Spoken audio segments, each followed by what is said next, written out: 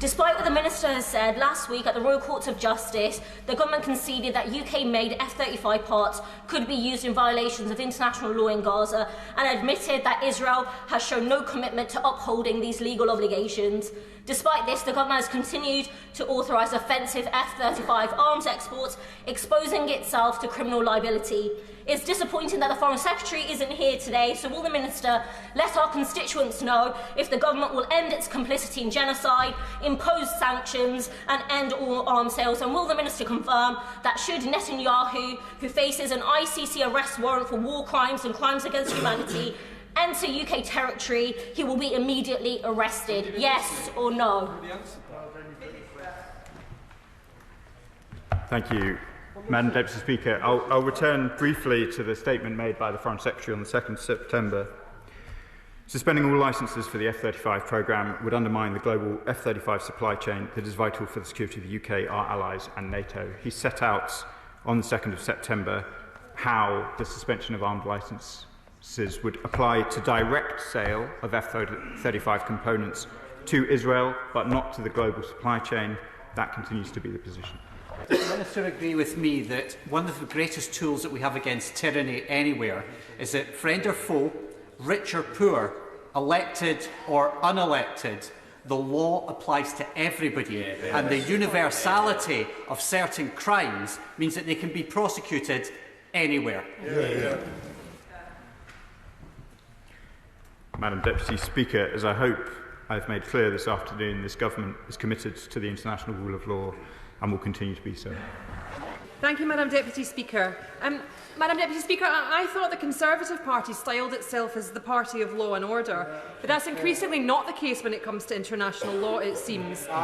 The government is right to uphold the decision of the ICC, and it was right to vote for the UN Security Council motion on a ceasefire last week. The Minister will be aware that there is increasing evidence of forcible displacement of Palestinians from the north of Gaza, including from organisations such as Human Rights Watch. He will be aware that this is a crime against humanity, and that two of the main proponents of this are Israeli Ministers Smotrich and Ben-Gvir. The Prime Minister has confirmed that the government is looking at this, so when will the government move to sanction them as part of a wider package of further action to uphold international law? Thank you, Madam Deputy Speaker.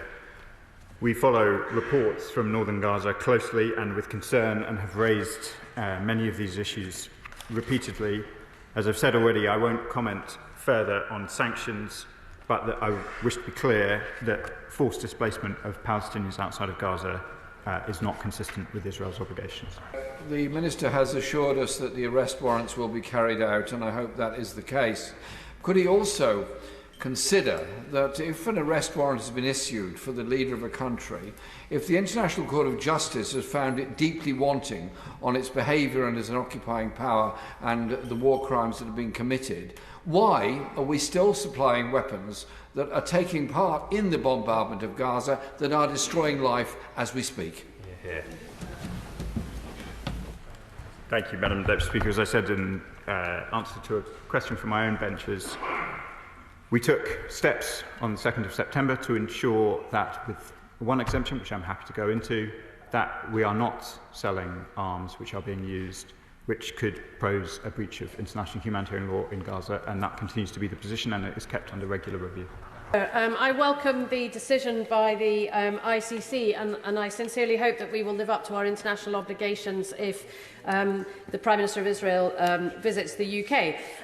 You have said yourself that you regret the fact that more aid isn't getting into Gaza, and that you've been calling out the Israeli government for not letting more aid in. Is it not time now to do more than just calling out the Israeli government and telling them how angry you are? Isn't it time now that you end all arms exports to Israel, that you impose sanctions, end trade with all the illegal settlements, and recognise Palestine as a state?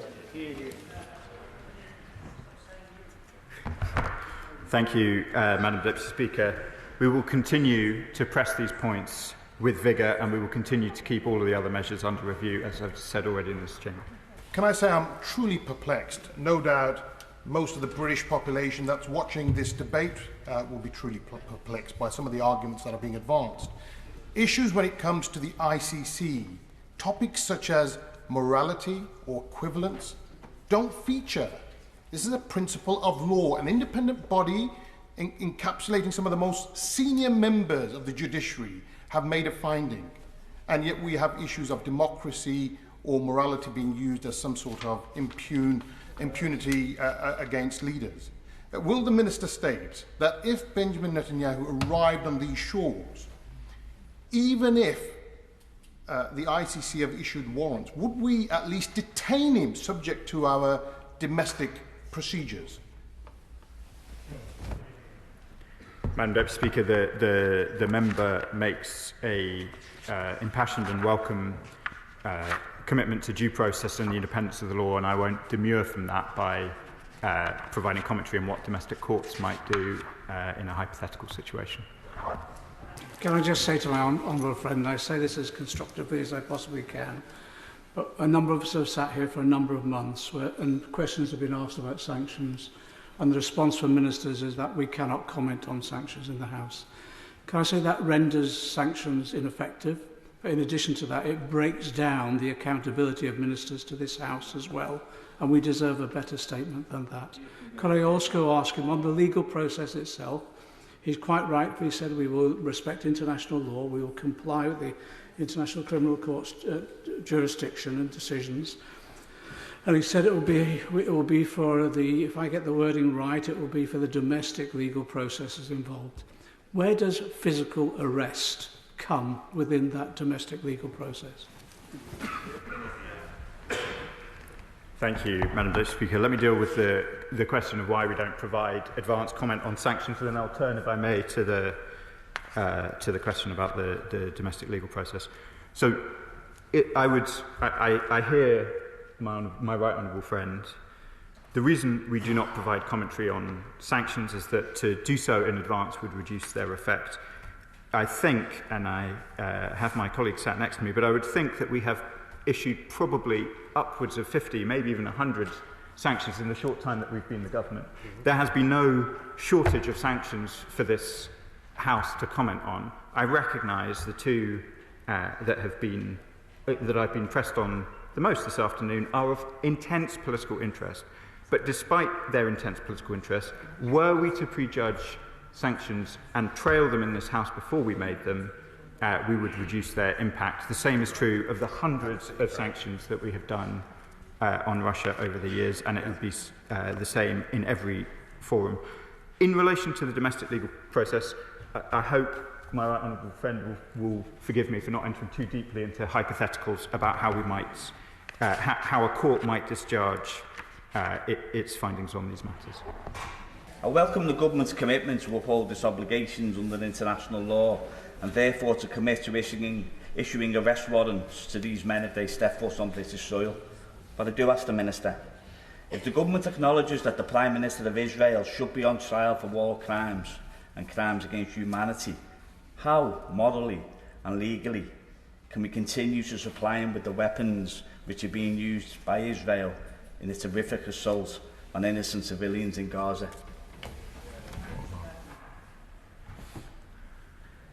Madam Deputy Speaker, I've outlined our position both in relation to our international and domestic obligations to the ICC, and I've outlined the position on arms sales. I can reassure my honourable friends that we consider the findings of the ICC in the ongoing review process in relation to arms sales. I'm frankly astonished at the principle underlining some of the comments made by the Shadow Foreign Secretary and some of her Conservative colleagues today. I've been giving assemblies to primary school children across Earley and Woodley constituency, emphasising that British democracy means that nobody is above the rule of law. Yeah.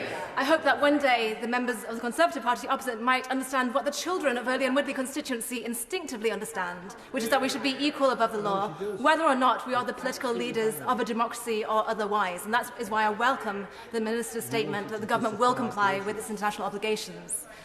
Now, the Minister has set out the work he has been doing in travelling to the region and in witnessing firsthand the blockage of aid by the Israeli government into Gaza. The United Nations states that over 83% of food aid has been blocked. And of course, this leads to the risk, an ongoing fact of starvation in the region. So I ask the Minister what he can do, what the government can do, in line with our positive obligation under international law to prevent future atrocities occurring in Gaza.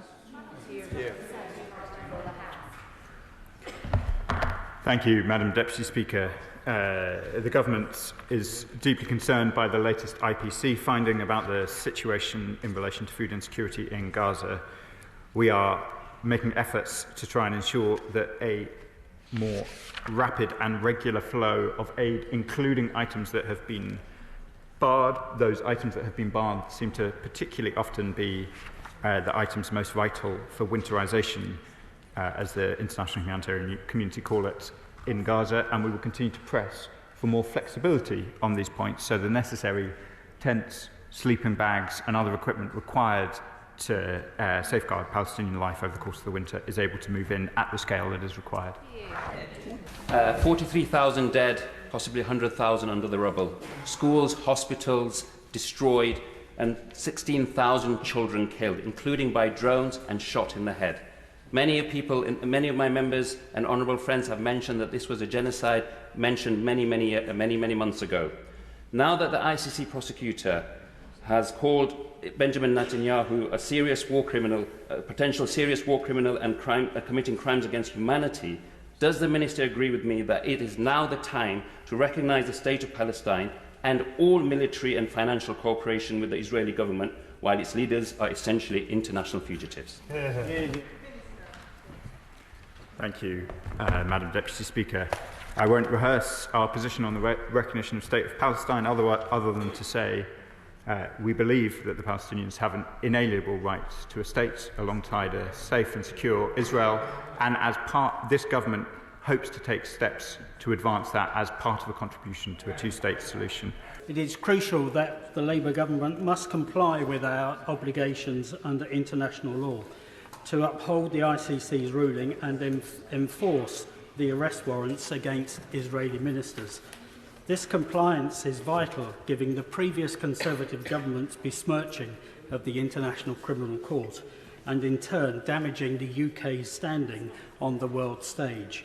Many of my constituents in Wokingham would like to see that the UK stands up for what is right and would like to see that the UK does not turn its back on international law. So will the Secretary of State confirm that the government will not undermine the ICC's ruling by unequivocally agreeing to uphold the arrest warrants? Thank you, Madam Deputy Speaker. I'd like to reassure the honourable member and ask him to pass on to his constituents that this government will indeed do the right thing and stand up for international law, and I've set out the manner in which we would do that over the course of this afternoon.